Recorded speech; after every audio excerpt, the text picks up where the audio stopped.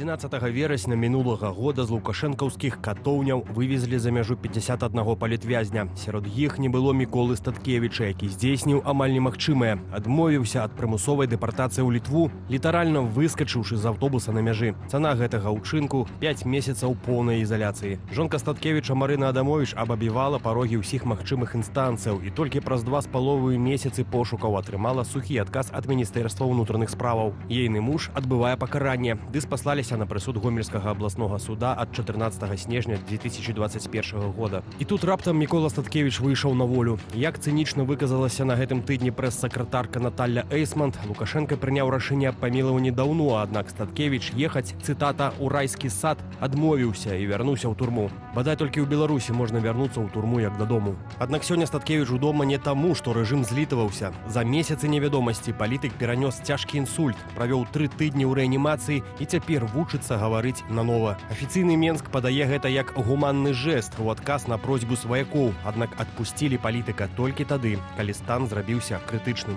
Другая гісторыя не менш драматычная. Калі Статкевіча адправілі дадому лячыць невылечнае, то берасцейскую ілюстратарку Наталлю Левую на апошнім месяцы цяжарнасці вызвалілі нараджаць новае жыццё. Яе асудзілі на 6 гадоў за данаты, і ўжо за кратамі яна зацяжарыла пасля сустрэчы са сваім мужам у калоніі. Выхад з катоўні суправаджаўся класічным пакаяльным відэа ад прапагандыстаў, у якім спрабавалі паказаць клопат пра будучую маці, ігнаруючы той факт, што жанчыну з жоўтай біркай наогул кінулі за краты за звычайную дапамогу людзям. Яшчэ адна падзея з умоўна пазітыўным канцом. Блогер і юрыст Павел Спірын, які цалкам адбыў свой тэрмін і атрымаў новы за непадпарадкаванне, змог перахітрыць сістэму. Пасля вызвалення ён скарыстаўся юрыдычнай шчылінай і заявіў пра змену месца жыхарства і змог па-беламу выехаць у Літву. Андрей Сульжыц, Белсат.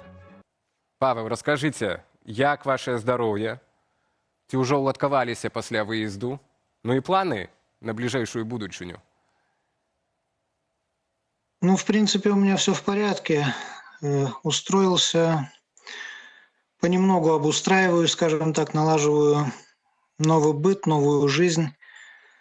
Но обо мне на самом деле не так интересно говорить. Дело в том, что сейчас Беларусь находится на очень сложном этапе. Александр Лукашенко пытается втянуть нашу страну в войну. Во всех колониях Республики Беларусь сейчас происходят активные агитации людей, чтобы они шли воевать в будущем. Мы должны это предотвратить. Спадар Павел, а что за агитация? Можете удакладніць? Воевать за кого? За что? Под каким стягом? Так вот именно. Они пока не объясняют, за кого конкретно воевать, но понятно с кем. Они хотят, чтобы мы воевали с Украиной, прежде всего, и, возможно, еще с Прибалтикой и Польшей. Но прежде всего это Украина. Вот. А яким чином яны агітуюць? Можете вот пару слов? Бо это новая информация, вы кажете. Они показывают видеоролики, основной посыл которых, что мы должны участвовать в войне и защищать нашу страну, скажем так, от нападения. И в качестве агрессора вот и указывается, как Украина, а также другие страны. Ну, в частности, некоторые страны блока НАТО. Но прежде всего Украина. Поэтому я хотел бы еще, ну, поскольку мы в прямом эфире, обратиться и сделать одну важную вещь. В 2020 году мои ролики, мои фильмы смотрели от сотен тысяч до миллиона просмотров. В том числе и представители силового блока. Поэтому я хочу обратиться и не только к силовому блоку, но и ко всем гражданам Республики Беларусь. В Республике Беларусь есть организации, которые готовы арестовать Александра Лукашенко. Поэтому вы должны знать, если от вас, либо от ваших близких потребуют взять в руки оружие и воевать с Украиной, вы должны помнить, от этого оружия отказываться не надо. Если вы откажетесь от оружия, вас все равно пошлют на эту войну. Только вы уже не сможете себя ничем защитить, у вас не будет даже автомата. Позади вас поставят заградительные отряды. Что вам нужно помнить? Запомните, уважаемые граждане Республики Беларусь, вам не надо умирать на этой войне. Я лично беру на себя персональную ответственность и санкционирую следующие действия. В соответствии со статьей 36 Уголовного кодекса Республики Беларусь не являются преступлением действия, совершенные в состоянии крайней необходимости. А именно, с сегодняшнего дня, в случае, если Александр Лукашенко и его сыновья втянут нашу страну в войну, любой гражданин Республики Беларусь, независимо от того, гражданский это, либо военный, рядовой, сержант, прапорщик, либо офицер, на период смены власти получает право самостоятельно стать судьей и выносить приговоры. Уголовный кодекс Республики Беларусь позволяет выносить разные приговоры, мягкие, строгие, и приводить эти приговоры в исполнение на месте в отношении лиц, незаконно присвоивших себе звание генерал-майора и выше, а также в отношении лиц, незаконно именующих себя министрами, губернаторами и их заместителями. Если для мирного и ненасильственного приведения в исполнение приговора до этих лиц добраться нельзя, то вы имеете право выносить приговоры лицам максимально старшим по званию и должности. Помните, теперь у вас есть право себя защищать. Я лично и другие авторитетные люди, которые готовы взять на себя ответственность за будущее нашей страны, санкционируем эти действия. Не идите воевать за дворцы. Эти негодяи предадут вас, как предали афганцев. Народы Беларуси больше не будут терпеть их самоуправство. Спадар Павел, Это все. Так, спадар Павел, мы зразумелі. І гэта і ёсць вось гэты план, бо як толькі вы выехалі з Беларусі падчас першых сустрэчаў з журналістамі, анансавалі, што у вас ёсць план, што рабіць, і я так разумею, это вось і ёсць гэты план у выпадку, калі Беларусь будуць вцягваць так у ваеннае дзеянне з Украінай, там ці з іншай краіны. Это всего лишь часть этого плана. На данный момент я даю противоядие. Если эти негодяи решатся начать войну, граждане Беларуси должны получить право себя защищать. И мы это право им даем и санкционируем все их действия. Спадар Павел, зразумела. Давайте так, бо не все ведаюць таксама, адкуль вы выйшлі, так, як бы, і, магчыма, і вага вашых словаў будзе трошкі іншая для нашай аўдыторыі, калі вы распавядзеце, хоць вы былі досыць вядомай асобай яшчэ да 21-го года, так, да моманту, калі вас арыштавалі. Як вы, па-першае, мне цікава, со сваёй вось жорсткай пазіцыяй, которой вы былі яшчэ да 20-го года, якія былі вашыя ключавыя правілы выжывання, каб не зламацца і не падставіць іншых у калоніі, там, ці ў турмах, дзе вы цяпер знаходзіліся? Дело в том, что большинство сотрудников колонии, большинство осужденных меня поддерживали. И они разделяли мое убеждение. В этом плане мне было легче. Поэтому на меня практически не доносили, и проблем особых у меня не возникало. Колония, как я уже говорил, это копия государства. И изучив жизнь колонии, можно понять, как сегодня живет Республика Беларусь полностью, какие у нее проблемы и как эти проблемы решить. На данном этапе нами сформированы организации, которые будут участвовать в смене власти. Ну, естественно, мы будем сотрудничать со всеми адекватными гражданскими инициативами, которые находятся в том числе в эмиграции. То есть мы себя воспринимаем частью общества и будем помогать. Наша команда, в частности, после смены власти, намерена работать в Конституционном суде. Это наша часть ответственности, и мы ее на себя берем. Ну, спадар Павел, першае пытанне асноўнае, калі вы кажаце «мы», гэта хто? Таму што з вашых словаў вынікае, што это вось тыя ж самыя людзі, которые там вас падтрымлівалі ў калоніі.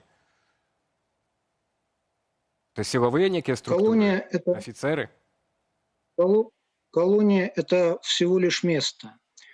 Когда я начал свою деятельность, еще начиная с 2012 года, когда впервые самостоятельно выдвинулся кандидатом в депутаты парламента путем сбора подписей, я начал создавать команду, а именно максимально активно общаться с представителями силового блока, который намерен произвести в Беларуси мирные перемены и который считает, что Республика Беларусь должна жить по законам, а не по бандитским правилам Александра Лукашенко.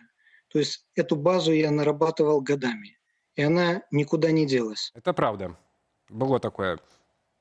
Спадар Павел, Але разам з тым і ў інтэрв'ю вось папярэднім, што я бачыў у калег для старонкі белсат.eu, вельмі раю зазірнуць, бо мы ўжо все-таки размаўляем пасля гэтага інтэрв'ю і адштурхоўваемся ад яго. Вы вельмі шмат расказвалі пра тую падтрымку і хто вам дапамагаў, што вам дапамагалі шмат у калоніях, і цяпер таксама кажаце, так, што у вас шмат прыхільнікаў у тых жа сілавых структурах. Але ці разумееце вы, што для іх гэта таксама рызыкоўна, і вот нават цяпер, кажучы пра тое, што мне там ёсць людзі ў Беларусі, што гэта досыць рызыкоўна для іхнай бяспекі. Як вось вы гэта ацэньваеце, рызыкі ў гэтым плане? Я все свои слова оцениваю. Суть сейчас в том, что Александра Лукашенко не поддерживает большинство. Сейчас в обществе огромный страх войны. И Александр Лукашенко усиленными темпами нас в эту войну пытается втянуть. Поэтому, что касается силового блока, то он придет на помощь в случае, если Александр Лукашенко попытается сделать любые неконституционные действия в плане нападения на соседнее государство. То бок это такая Но в любом чырвоная случае лінія. ему- Все-таки для Но силовых это структур ему- есть эта червоная линия, так? Больше всего люди боятся войны. И для того, чтобы эту войну предотвратить, мы пойдем на определенные меры конституционного характера, в том числе на арест Лукашенко. Так, ну, спадар Павел, я не хочу тут выглядать скептиком, абсолютно не хочу. Я просто... Вы не першы, аб'ектыўна, не першы з лідараў нават апазіцыі, которые вызваляюцца і першы ж час аб'яўляюць пра планы, так, пра тое, што ў іх ёсць, ну, што быў план, ёсць план таго, як это закончыць тое, што распачалося ў 2020. Таму я проста вас папярэджваю, што магчымы такі скептыцызм будзе ў вашым успрыняцці з боку нашай аўдыторыі. І як вы ацэньваеце дзеянне ўладаў датычна Мікалая Статкевіча? Ці гэта новая тактыка, вось, выпускаць людзей у крытычным стане? Што гэта кажа пра эвалюцыю рэжыма, можа, і тых жа сілавой сістэмы, пра якую вы часта і шмат кажаце? Як вы гэта ацэньваеце? Ну, это фактически терроризм и убийство. Силовые структуры в Республике Беларусь курирует Виктор Лукашенко. Поэтому это совместное их убийство. То, что они сделали с Николаем Статкевичем. Поэтому моя оценка короткая и однозначная. Ну, вось, калі казаць пра, вяртаючыся да вашага плана, так, ну, плана, там, аднаго з пасылаў гэтага плана, вы ўжо кажаце, ці вы з дэмакратычнымі сіламі, шматлікімі гэтымі раскінутымі па дыяспары ўжо пазнаёміліся, зразумелі структуру, інстытуцыянальнасць, яго як ацэньваеце патэнцыял, бо пакуль што вы кажаце толькі пра сябе і пра нейкіх умоўных людзей, которые там у Беларусі ёсць, так? А в цэлым, як вы бачыце карціну беларускага грамадства? Все правильно, мы – это всего лишь часть. Государственное управление – это большой механизм. И мы будем сотрудничать со всеми структурами, которые готовы сотрудничать в позитивном ключе развития Беларуси. Кто желает работать, мы будем сотрудничать со всеми. Кто действительно готов работать на благо Республики Беларусь. Но пока я вхожу только в информационное пространство, знакомлюсь, изучаю внутренние процессы, которые происходят, в том числе в эмиграции, поэтому чуть позже я прокомментирую это подробнее. Ну вось і ў нашых каментарах пытаюцца гледачы, ці засталіся на сёння там такія афіцэры, Вожык, патрыёт, пытаецца, бо сістэма закрытая настолькі, што нават той жа Белпол уже не мае настолькі моцнай інфармацыі адтуль. Што там цяпер адбываецца? Як вам это бачыцца? Порядочные люди всегда были, есть и будут. Если вспомнить события, которые происходили около 80 лет назад на наших землях, когда к нам пришли фашисты, то даже тогда, в период полной оккупации, угроз расстрела всегда действовали люди. В частности, один из них – это мой прадед, боевой партизан, награжденный медалью за отвагу. Это мой дед, военный подполковник, который служил в разведке, в танковых войсках. У них не было страха, когда им давали задание. Они просто его выполняли, понимая, что это необходимо для спасения страны.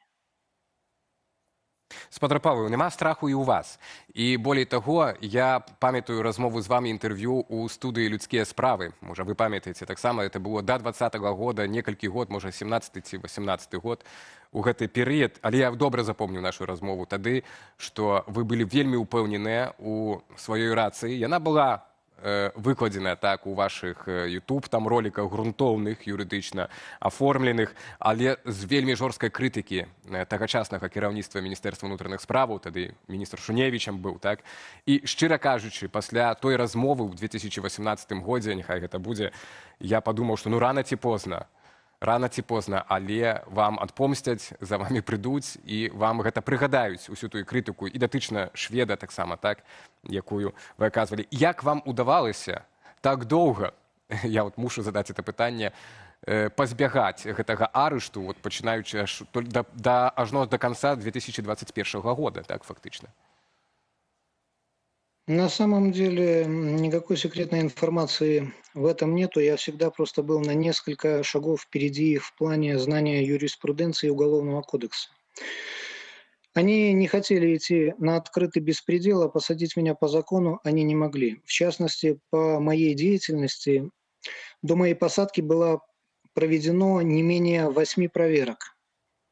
И по всем этим проверкам результат был отказ в возбуждении уголовного дела. Что касается последнего дела, по которому меня посадили, заявление на меня написал замминистра МВД Подгурский, его рапорт в моем деле находится.